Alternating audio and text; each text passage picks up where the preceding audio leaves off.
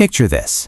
You're a scientist. You've survived 2 world wars, the Manhattan Project, and you've held more dangerous material in your bare hands than almost anyone alive. You think you understand the risk. Then, one slip of a screwdriver gives you a fatal dose of radiation in less than a second. That's not a movie plot. That actually happened.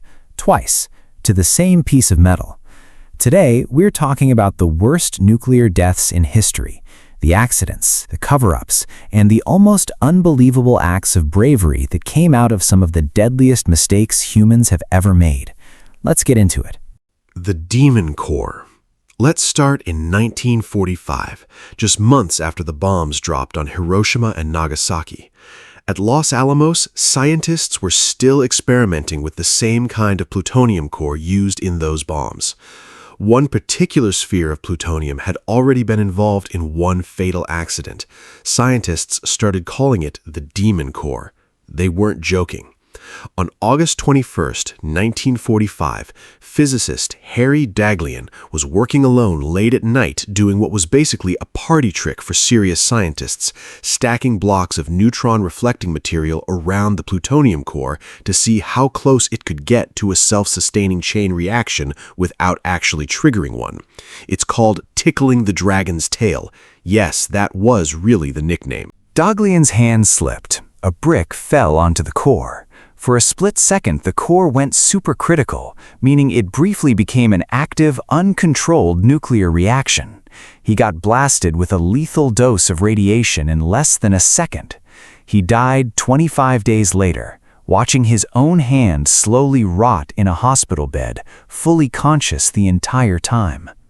You'd think after that, nobody would touch that core again. You'd be wrong. 9 months later, May 21, 1946, a physicist named Louis Slotin was demonstrating the exact same kind of experiment to colleagues. He was using a screwdriver to keep 2 half-spheres of beryllium apart, balancing it by hand instead of using the proper remote-controlled equipment. It was reckless, and people who worked with him said so at the time.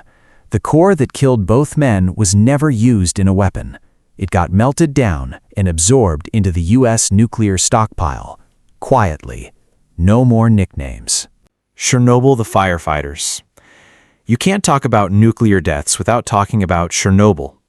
April 26, 1986. Reactor 4 at the Chernobyl nuclear power plant in Soviet Ukraine exploded during a botched safety test, blowing the roof off the reactor and exposing the core directly to the open air. What followed is one of the most haunting stories in nuclear history, not because of the explosion itself, but because of what the firefighters did next. The first responders had no idea what they were walking into. Soviet officials hadn't told them. They thought they were putting out a regular electrical fire. Some of them later said they actually touched pieces of debris from the reactor core with their bare hands, thinking it was just rubble. That debris was so radioactive it was killing them in real time, and they didn't know it. Within hours, firefighters started vomiting. Their skin turned a strange shade, almost like a deep sunburn that kept getting worse, what doctors later called Chernobyl tan. It wasn't a tan, it was their skin and tissue breaking down from massive radiation exposure. Officially, the Soviet government claimed only 31 people died as a direct result of the disaster. Independent researchers and international health bodies believe the true number, including long-term cancer deaths from the fallout, is likely in the thousands, possibly tens of thousands, though the exact figure is still debated today. What makes Chernobyl different from a lot of nuclear disasters is that it wasn't really nature or a single mistake. It was layers of decisions, cut corners, and a government more concerned with hiding the truth than saving lives. The town of Pripyat, where plant workers and their families lived, was evacuated 36 hours after the explosion, long enough for thousands of people to unknowingly absorb dangerous doses simply by walking outside or hanging laundry on their balconies. Not every nuclear death makes headlines.